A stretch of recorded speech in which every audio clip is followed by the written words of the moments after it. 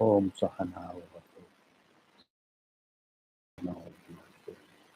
Sahaviryangarava Tejasvinavati Tamastu Viddushavaka Om Shanti Shanti Shanti Shruti Smriti Puranama Alayam Karunalayam Namami Bhagavad Shankaram Lokashankaram Shankaram Shankaracharya Keshavam Bhadaraya Prabhashya Vande Bhagavan Bhagavatam. So we are doing Vibhuti Yoga. So let us recite Dashamodhyayaha Sri Bhagavan Uvacha Bhuyeva Mahabaho Sunume Paramam Vachaha Yatteham Priyamanaya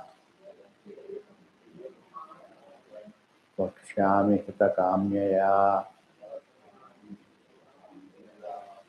Vibhuti Yoga. Yoga is only a section teaching. Vibhuti means in touch with Vibhuti. Vibhuti means Visheshana Bhavati iti Vibhuti. Visheshana Bhavati means anything that is outstanding in this world. Anything that is useful, like Ganga or Jamuna water. Or anything that is prominent, like a people tree. People tree is useful. It is used in yajna, yaga, etc. A rishi is one who is enlightened, luminous. A jnani, a dharmika. All these things are called vibhutis. A dharmika jiva is called a vibhuti. Vibhuti yoga means worshipping God, invoking God's grace in anything that is outstanding, in anything that is dharmic, in anything that is useful. Uh, God cannot be worshipped. He is not an object, but He is there present in every object. He is not an object, but He is there in every object. The truth कण कण में रहता है भगवान. In every atom, He is there. His truth is there. His being is there as a full being. He is not shared by the atoms. He is there as a full being in every atom, in every cell. And therefore, anything that is useful, anything that is prominent, anything that is outstanding, anything that is dharmic, is used for worshipping, for invoking God's grace for our own benefit. We invoke God's grace in an object. Object is not God, but in every object, Bhagavan is. This is exactly what is called Bhagavad Vibhuti Yoga. Bhuya Sri Bhagavan Uvacha. Sri Bhagavan means the one who has all the wealth. Bhagaha means the wealth. The entire universe is his. The entire universe is himself. He is not something different like waves are water. The water doesn't have waves. The waves are water. In the same manner, here also, the Bhagavan is the whole universe. The universe is Bhagavan. Therefore, universe is Bhagavan, and the creation is not other than the creator, the source. The upadayam is not different from the upadanam, and yet upadayam does not qualify the upadanam. Bhagavan is upadanam. He is unchanging upadana, vivarta upadana. He is unchanging. He is unchanging upadana. He doesn't change, and therefore, all that universe is Bhagavan himself. And Sri Bhagavan Uvacha. Sri Bhagavan means the one who is Bhagavan, the one the entire wealth belongs to whom. That Bhagavan speaks. Sri Bhagavan Uvacha. that Bhagavan says, Bhuyayeva, again, Mahabaho, hey Arjuna, again I am going to teach you Shunume Paramam Vacha, the teaching about the truth. I am again going to teach you about the truth. It's not something that is not, it's not something that is about the empirical. It is about the Paramam. Paramam means the truth, the teaching about the truth. Paramam Vachaha, the teaching about the truth, the words about the truth. Because the truth can be unfolded only by Shabda. Shabda Pramanam is important. Shabda only talking promotes, can point out the truth. Like Shabda point out the truth. The Shruti is a Shabda Pramanam. Upanishad, Vedanta Nam Upanishad Pramanam it is said. Otherwise, Vedanta, otherwise called Upanishad, is the Pramanam. Because it is in the Shabda Rupam, it is in the form of Shabda. Even if whenever there is a jasa, whenever there is a misunderstanding, what conveys is the Shabda. And therefore, Shabda is the Pramana. The teaching is the Pramana. Teaching is not something that can qualify the truth. Shabda is the Pramana. Bhuyeva, again, Eva Mahabaho Arjuna. Mahabaho means you are indeed mighty armed Arjuna. Hey Mahabaho, you should be mighty armed in understanding the truth. You should not be, there is no point in being a mighty armed in killing others, in fighting battles. You have to be mighty armed in being, in understanding the truth. You should be mighty, you should be strong in understanding the truth. Mahabaho. Mahabaho means he is reminding, Krishna is reminding Arjuna, telling Arjuna that there is no point in being mighty armed, being strong in fighting battles. You can fight battles, but then the most difficult thing is to understand yourself. And therefore, be mighty armed in understanding yourself. Be mighty armed in understanding yourself. Hey Mahabaho, Shunu me. And it is something to be listened to. Shunu. Shunu means Suno. In fact, in India, the only convention that we have is Sunni convention. The Puranas are taught. People are used to hearing. People are used to hearing stories. People are used to hearing Puranas. People are used to hearing Vedanta. And therefore, wherever there is a hearing convention, this is easy to get knowledge. That hearing convention is very good. Shunu me paramam vacha. But not only the Vedanta pertains to the truth, even Purana, Shruti Smriti Purananam Alayam Karunalayam. It is said Bhagavan Shankara has been mentioned. He is the repository of Shruti, Smriti, and Puranas. All of them are there. Shruti, Smriti, Puranas, all of them are. He is the reservoir. He is like the ocean is the reservoir of water. In the same manner, Shankaracharya is mentioned as the reservoir of Shruti, Smriti, and Purana. Shruti, Smriti, Purananam Alayam Karunalayam Namam Bhagavad Pada Shankaram Loka Shankaram. He is indeed considered to be the blesser of the whole world, Loka Shankara.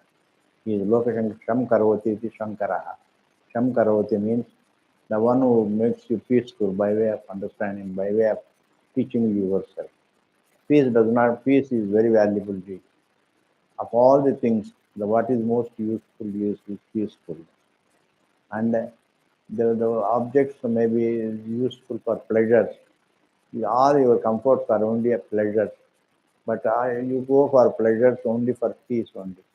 The peace only, serenity only you want. And therefore, peacefulness is the most valuable thing. Everybody is seeking only peace. And peace is serenity. And that serenity is being sought by everyone, by every jiva is seeking only the peace. And therefore, peacefulness, Shunume, Paramam Vachaha, and it pertains to the truth. Not only Vedanta pertains to the truth, Smritis pertain to the truth. Bhagavad Gita is considered to be Smriti Granda. Shruti means what is heard. Smriti means what is remembered and written, to be heard by the student. And and Puranas also are written by Veda Vyasa. And they are also for lay people, they are to be heard. They are to be heard. Everything has to be heard. Shunu me paramam vachaha, it pertains to the truth. Whenever things pertain, whenever the teaching pertains to the truth, you have to hear it. Whenever the teaching pertains to the truth, you have to hear it because Apta Vakyam is there. Whenever a student, a tenth man forgets himself, forgets to count himself as the tenth man, and he has to be told that you are the tenth man, and that telling is what is called Apta Vakyam. In the case of the Paramatma, it is the Shastram. In the case of an individual, in individual Jiva's problem, Aptavakya is the Pramana. You have to tell him that you are the tenth man. Without telling the tenth man, he is all the time searching for the tenth man. And therefore, it is not, nothing is Pramanam. His memory is not Pramanam. He has to be told. Shabda is the Pramanam. In the same manner, Vedanta tells him, Vedanta conveys to him. Vedanta Shabda is the Pramanam in the matter of Atma. In the matter of Atma not knowing itself. Atma is pointed out to Atma. Hey, you are Paramatma. You are not Jivatma. You are not Jiva. You are indeed absolute self. In this manner, the Vedanta tells him, you are not the body. You are indeed separate from the body. As separate from the body, you are Paramatma. In this manner, it teaches him. And therefore, it is Shabda Pramanam. Shunume Paramam Vachaha. Paramam means the Paramam Desha Kala Vastu Parichinna Shunyam. That which is not in the Desha. The space is not present, located in space, please. Time is not located in space. Time also, everything is located in awareness. You are aware of time, you are aware of space, you are aware of Desha, Kala, also you are aware of the object. Therefore, the objects along with the space and time are in awareness only. In awareness means in you only, and therefore, as the upadanam, as the material source of everything, of desha kala vastu, you are Paramatma, and therefore it is said, Shuname Paramam Vachaha. Please listen to my teaching again, Paramam Vachaha. Yatte ham Priyamanai. That is because I am teaching you again and again the same thing. The same thing means the same thing that pertains to the truth. The same truth I am teaching you again and again because Priyamanaya, you are pleasing to me. You are very pleasing to me. You are a good friend to me. And unless the student is pleasing to the teacher, the teacher won't take interest. And that is why here it is said, Priyamanaya. The student is very dear to me.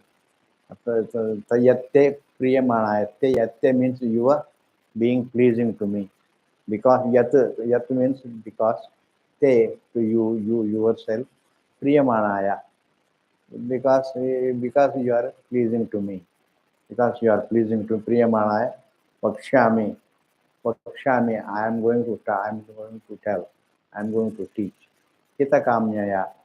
Hitakamyaya means, Kamya means, Hitakamyaya means in order to help you. In order to help you, I am teaching you. In fact, a teacher teaches the student only to help the student. You don't help the teacher, but the teacher helps the student. Please. And therefore, jnanam is only given by the teacher. And therefore, what is useful, what is dharmika, and anything that is a rishi is a rishanti dhyananti iti rishaya. A rishi is used, mother and father are used, or any person like Rama is dharmika, and therefore he is used in order to invoke in his form. Even as Mahatma Gandhi, a non-violent person, Buddha can be used as a in order to invoke God's grace. You can use any form that is outstanding, that is prominent, that is luminous, that is enlightened, and that is dharmika. A jiva also is dharmika, and is outstanding also. Ganga can be used to invoke God's grace, and cow can be used to invoke God's grace. And therefore, anything can be, any object can be used to, because God is there in every object. Like that, the way Prahlada says, "Where is your Bhagavan?" Hiranyakashipu says, "Where is your Bhagavan?" He says, "He is there in every atom." Is he there in this kamba? He says, "Yes." And then he breaks the kamba, and then comes Narsimha. And then comes Narsimha. Narsimha is the avatara. Bhagavan in that avatara. Avatarati iti avatara. Avatarati means he descends into that form. The formless descends into the form and then becomes an avatara. The formless descends into the form and he becomes an avatara. And what is wrong in that? And any avatara can be used to worship in order to invoke the God's grace. What you worship is always nirvisesham, but but you always take the help of a form. The formless is worshipped in the form of a form. The formless is worshipped in the form of a form, and therefore every form is used because God's presence is there in every form. Even though he is not a form, but he is there in every form. Otherwise, the form is not parallel to Bhagavan. Form is not parallel to Bhagavan. Why it is echoing? Why it is the form is not parallel to Bhagavan? If there is something parallel to Bhagavan, then uh, if there is something parallel to Bhagavan, Bhagavan becomes limited. Bhagavan is unlimited. The finite cannot be parallel to the infinite. The parallel is the finite is within the infinite. In the same manner, to worship the form, to worship in the form, the formless, is very much acceptable. If you, it is not illogical. It is logical. Therefore, God is not a form. God is formless, but He is there in every form. Otherwise, what is the explanation for the form, please? What is the explanation for the form? If the form is something that is not out, if it is outside the formless, then the formless does not become it does not become unlimited. It becomes limited, and therefore, what Shami Hitakamya, I help you. In order to help you, I'm teaching you this. I'm teaching you this. What is being taught? The truth is being taught, because man is suffering due to ignorance of the truth about himself. That is why he becomes a jiva. That is why Paramatma, without knowing itself, becomes a jivatma. It is not the jivatma. We can say the jivatma doesn't know itself to be the Paramatma. We can also say the Paramatma, Tat Srishva Tadevanu Pravishate. Having created the body, the Paramatma itself enters the body, enters the eyes, enters the senses, enters every thought, enters every universe, enters the universe. Means it becomes the Jivatma. The Paramatma becomes the Jivatma. If Paramatma becomes the Jivatma, then Paramatma only has to know itself. Because the Jivatma is, it is the Paramatma as Jivatma is the Jivatma. Paramatma as the water as the wave, water seen considered as the wave is the wave. The wave is considered as the wave. The water is considered as the wave. And therefore the water, when the water is considered as the wave, the water as the wave is the wave.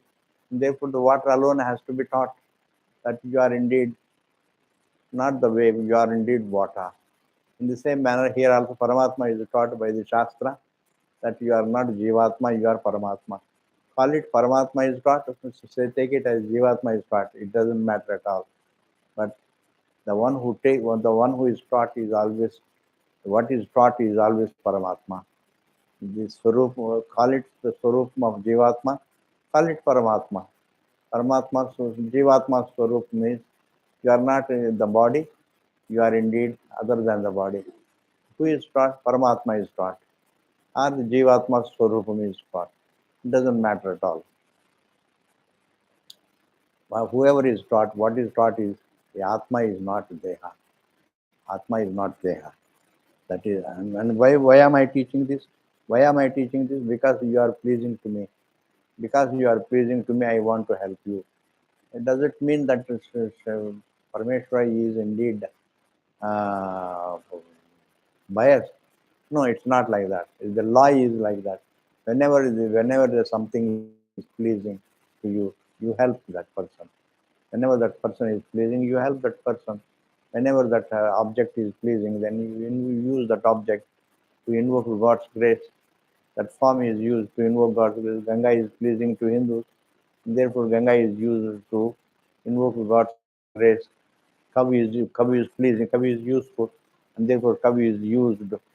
You worship, you invoke the God's grace in the form of the cow.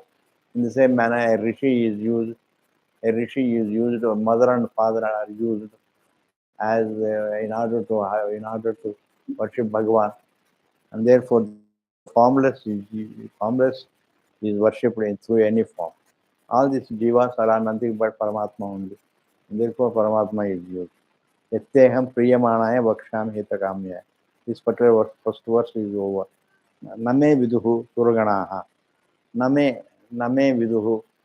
Name means my adi ananta. My source is not accept my. Nobody understands my source. Nobody can objectify my source because I don't have the source. Like the snakes. Somebody asked me a riddle. What is that animal when it jumps into the water? Its hair doesn't become wet. Then you try, and then you say a snake doesn't have a hair. It is a cold-blooded animal. A cold-blooded animal has no hair, and therefore when a snake jumps into the water, it doesn't have the hair, and therefore it doesn't become wet. What is non-existent? How can it become wet? And in the same manner here also, Bhagavan doesn't have the source. Bhagavan is the source. Bhagavan is the source. And therefore, Suraganaha, Name Viduhu, Suraganaha. Suraganaha means all the devatas. All the devatas don't know my source because I don't have the source. Prabhavam, na Maharshayaha. Prabhavam means my source cannot be objectified. My source cannot be known. Maharshayaha, even great sages don't or cannot objectify my source. Why? Because I don't have the source. I am the source. I am the source of that. I am the source of the universe. Maharshayaha. Aham Adirhi. I am the source of. Aham Adirhi. I am the source of everything. I don't have the source. I am the source. Aham Adirhi. I am the origin of everything. Everything begins from me. And therefore, it is easy to understand. Aham Adirhi means I am the origin of everything. Everything is within your anubhava, please. This you have to understand. Even ignorance is within your anubhava. That anubhava cannot be relegated to the background. You are is indeed anubhava swarupaha. Atma is anubhava swarupaha. Everything is anubhava vishayaha. Jagrati is anubhava vishayaha. Swapna is anubhava vishayaha. Sushupti as an avastha is anubhava vishayaha. All the anubhavas are within your anubhava. All the objects are within your anubhava. Whatever is not your anubhava, you cannot talk. Even heaven is the view of your heaven. What should be heaven? Your entire thinking about heaven is within your anubhava. And therefore, your heaven is within your anubhava. And therefore, God also, your view of God is within your anubhava. Your views are within your anubhava. And therefore, that anubhava should not be relegated. Anubhava is eternal. Anubhava is eternal. Anubhava Vishaya is non-eternal. Anubhava is eternal. And therefore, everything is within Aham Adirhi. And that I am the source of everything. I don't have the source. I am the source of everything. Therefore, Bhagavan is the source of everything. Bhagavan doesn't have the source. The source doesn't have the source, please. The source doesn't have the source. That which is the source of everything. The water is the source of only the waves. It is the source of the rock. But Atma is the source of everything, all the five elements. There is nothing left. All the anything that can be objectified has the source. And Bhagavan is the source of everything. Bhagavan, that is Aham Adirhi, it is said. Aham means I am the source of everything. I am the origin of everything. He, Devanam. I am the origin of gods. I am the origin of God. Gods Even Godness is within the Anubhava of God. Even within the Anubhava, even God understands that I am God. Even human understands that I am a human being. And therefore, being human being, is also that humanness is within the Anubhava of a human being. Dogness is within Anubhava of dogness, of the dog. It doesn't understand what is in its Anubhava. But the Anubhava is there, it is there in the Anubhava of dog. The dogness is within the Anubhava of the dog, also the consciousness. And if dogness is within the Anubhava of the dog, then it cannot understand that what is in Anubhava. And that is a different matter. But everything is within Anubhava, please. And within Anubhava, whatever is not within Anubhava, you can't talk about it. The sixth element, you don't talk about it. The five elements are within Anubhava. And therefore, you can talk about it. What is not within Anubhava, you can't talk about it. What is within Anubhava alone, you can talk about it. And therefore, your embodiment is Anubhava. And embodiment freedom also is within. In Sushupti, you don't miss the body, you don't feel the body, and that is within your Anubhava. And what is within your Anubhava alone, everything is within your Anubhava. Anubhava Vishayam is within Anubhava, and Anubhava Swarupam also is within Anubhava. That Anubhava is indeed, that Anubhava is indeed yourself. Anubhava Swarupam is indeed yourself. Atma is Anubhava Swarupam. Everything is the Jagat is Anubhava Vishayam. Jagat is Anubhava Vishayam. What is Anubhava Vishayam? Is indeed non-eternal. Anubhava Swarupam is something eternal. You are indeed Anubhava Swarupam. Atma is Anubhava Swarupam. Whatever is in within Anubhava, that Anubhava is yourself. You don't stand as the experiencer. You stand only as the experience. You are indeed of the nature of the Anubhava. Anubhava Swarupam. You are indeed Anubhava Swarupam. You are not the experiencer. You don't experience the experiencerness of yourself. You experience only the Anubhavaness of yourself. And therefore, Anubhava Swarupam is only your existence is only Anubhava Swarupam, not Anubhava experiencer. Experiencerness is not felt. When you experience something, you don't feel that you are the experiencer. You feel only that you are the experience, Anubhava. And that is why it is said, the Shruti calls it as Anubhava Swarupam. Atma is Anubhava Swarupam. Jagat is Anubhava Vishayam. Jagrata is Anubhava Vishayam. Swapna is Anubhava Vishayam. Sushupti as an avastha is Anubhava Vishayam. This is Jagrata is Anubhava Vishayam. Swapna is Anubhava Vishayam. All the three states are Anubhava Vishayas. And they are non-eternal. And whereas yourself, they are the one who experiences, is indeed Anubhava Swarupam. And therefore, and that Anubhava Swarupam is eternal. Anubhava cannot have negation. The experience, the Anubhava Vishayam, you can only negate the Anubhava when you go to the deep sleep state. The Anubhava Vishayam is not there. Anubhava is not there, you can't say. Anubhava is there, you are there, very much there. Anubhava Swarupam is there. You can only be free from Anubhava Vishayam. And therefore, Anubhava Swarupam is always there. And therefore, Anubhava Swarupam is eternal. Anubhava Vishayam is non-eternal. And therefore, Aham Adirhi Devanam Maharshinam cha Sarvashaha. I am the origin of the Devas. I am the origin of the great sages also. The sages cannot. When I am the source of the sages, when I am the source of the, because the Deva also is a Deva because he identifies with the body of the Deva. A Maharshi is a Deva. A Maharshi is a Maharshi because there is identifies with the Rishi's body. And therefore that thought is that I am the body. It is a thought, and I am the source of the thought. In that sense, it is said, I am the source of the Rishis and the Devatas. Because he is the source of the thought that I am the body. And therefore, Devana Maharsha, and therefore they can't objectify me.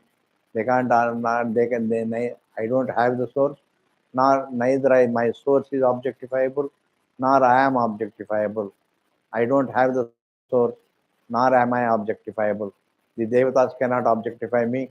The Maharshis cannot objectify me. Maharshinam Cham Sarvashaha. Sarvashaha means by all means. By all means, I cannot be objectified. Why? Because I am the origin of everything. When I am the origin of everything, when the truth is the origin of everything, it cannot be objectified even by Devatas, even by the Maharshis. They may be Devatas. Devatas may be worshipped by humans, but Maharshis are considered to be they are respected all right. They are humans. Maharshis may be great, but they cannot. A great thing cannot objectify the unobjectifiable. Even great things cannot objectify the great unobjectifiable. Therefore, it is said, Sarvasha. Sarvasha means by all means. By all means let them try in any manner. They can't objectify through the senses. They can't objectify through the thought. The man can only use the senses and the thought. And therefore, he can't use the sense. It is neither Pramana Siddham nor Vritti Vishayam. It is not an object of Vishayam. Therefore, it doesn't, no thought can pertain to the truth. Even even when you say that I am the Deha, it is not that the thought pertains to the truth. Thought pertains to the misunderstanding of the truth. The thought that I am Deha is a misunderstanding, and the thought is in the form of the misunderstanding. I am the thought. I am only the Deha is a misunderstanding, and therefore that misunderstanding is corrected by the right understanding, and neither right understanding nor misunderstanding qualify the truth. This is very important. They don't qualify the truth. Neither misunderstanding, neither ignorance. Ignorance also is within Anubhava. The misunderstanding also is within Anubhava. That I am there is a contradiction. That contradiction also is within Anubhava. There is nothing outside Anubhava. Even death, even before the birth, if a person thinks of the prior to the birth, the prior to the birth, the blackout is experienced blackout. It is not a believed blackout. You say, I understand there was a blackout before the birth, and there is a blackout after the birth, after the death also, and there is a blackout in the deep sleep state also. In the blackout, between one blackout and another blackout, there is no difference, because between one nirvisesham and another nirvisesham, there is no difference. There is no difference. All of them are blackout means nirvisesham. Before the birth, it is nirvisesham. After the death, also nirvisesham. In deep sleep state, also nirvisesham. Between nirvisesham and nirvisesham, there is no difference, and therefore, the death is not something deeper than deep sleep state. This is my favorite sentence. It is, death is not deeper than deep sleep. Death is not something deeper than deep sleep. Death is not deeper than deep sleep.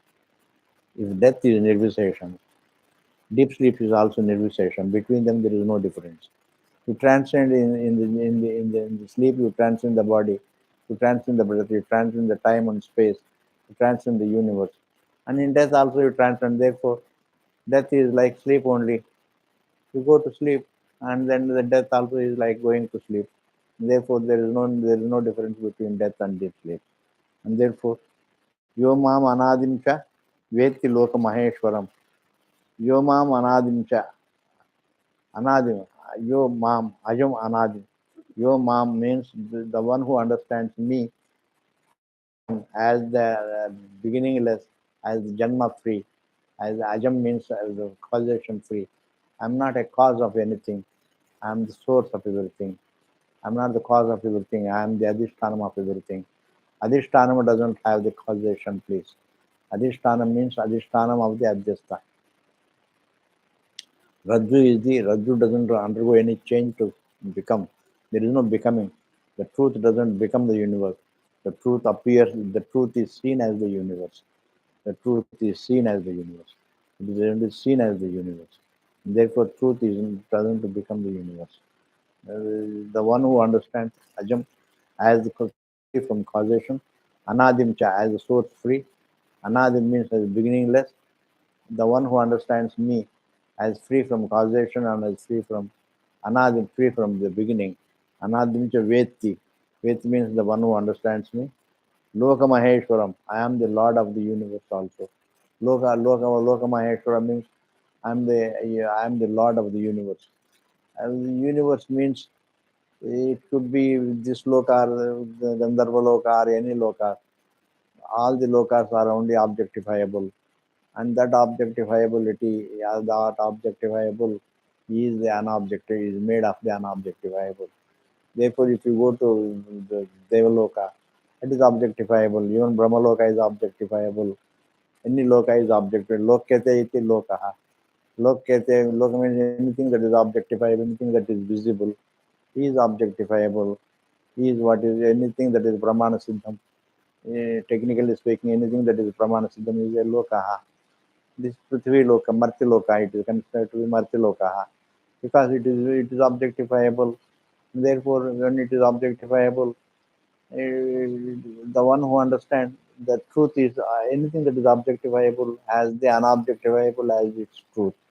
And therefore, that unobjectifiable is the truth, the objectifiable is the creation, and the unobjectifiable is the adhishtanam, the objectifiable is adjasta. Like the rope is the adhishtanam, the snake is adjasta. In the same manner, the water is adhishtanam, and the sarpa and the wave is adjasta. In the same manner, you are the adhishtanam, and everything else is adjasta.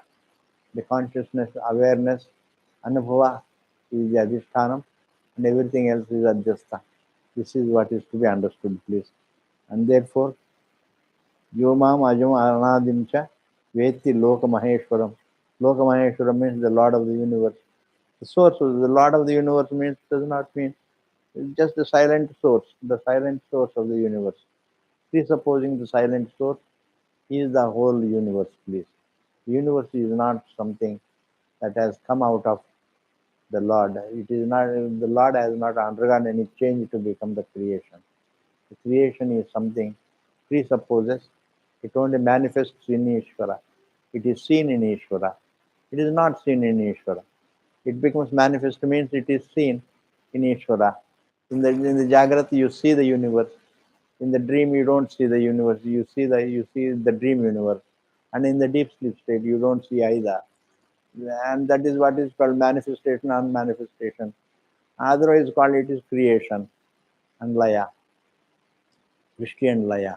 When you see it, it is called Srishti. When you don't see it, it is called Laya. But otherwise, it is only Srishti Laya. There is only Adjasta. It is not something, it is only seen. It is not a Parinama. It is not a transformation. God doesn't transform to be the universe. You only see the universe. Just as you see the snake in the rope, in the same manner, you see the universe within yourself. And therefore, Lokamaheshwaram, the one who understands the me, the silent me, the Maheshwaram. Bhagavan cannot, if Bhagavan has the will, then he becomes an individual. And therefore, he is a silent, peaceful presence. He is only a presence, please. Parameshwara is only a presence, a peaceful presence, a silent presence. And therefore, that silent presence, the one who understands, Asammudaha, Sasarva Martyeshu. He is considered to be Asammudaha. Asammudaha means he is enlightened. He is not a Sammudaha. He is not confused. He is very clear. Asammudaha, Saha, Sarveshu Martyeshu. Among all mortals, among all human beings, he is considered to be the clearest person. Sarva Papaihi Pramuchyate. And he is free from all sins. Because ultimately, Papam also is there in the form of thought. And the Punya also is there in the form of the thought. And when a person is free from all the papas, he is free from the punyas also. He is free from punya and papa. That thinking itself is free from. Because when you understand the source of the thinking, that source of the thinking is different from the thinking. The source of Ravana is different from Ravana's thinking. Ravana's being is different from Ravana's thinking. Rama's being is different from Rama's thinking. Rama may be Ravana. Ravana is Rama in the form of the being. In the being, we are all the same, please. As the being, we are all the same. In thinking, we are different. In thinking, we are separate from one another, and therefore here it is said, Sarvapapaihi pramuchyate. The one who understands me as free from Janma, as Anadi, as beginningless, and Veti, Lokamayeshwar, the Lord of the universe, and also I am the source of the universe. The Lord of the universe means does not mean that the one who lords over the universe. That don't take it that way. Just as the error presupposes the silent fact, in the same manner here also the universe presupposes the silent Parameshwara, silent being. The creation presupposes the silent source. Such a person is asam mudaha. Such a person is the clearest person. So martyeshu. Sarva papai pramuchyate. He is free from all the sins. When he is free from all the sins, kim aham kim, why did I commit sins?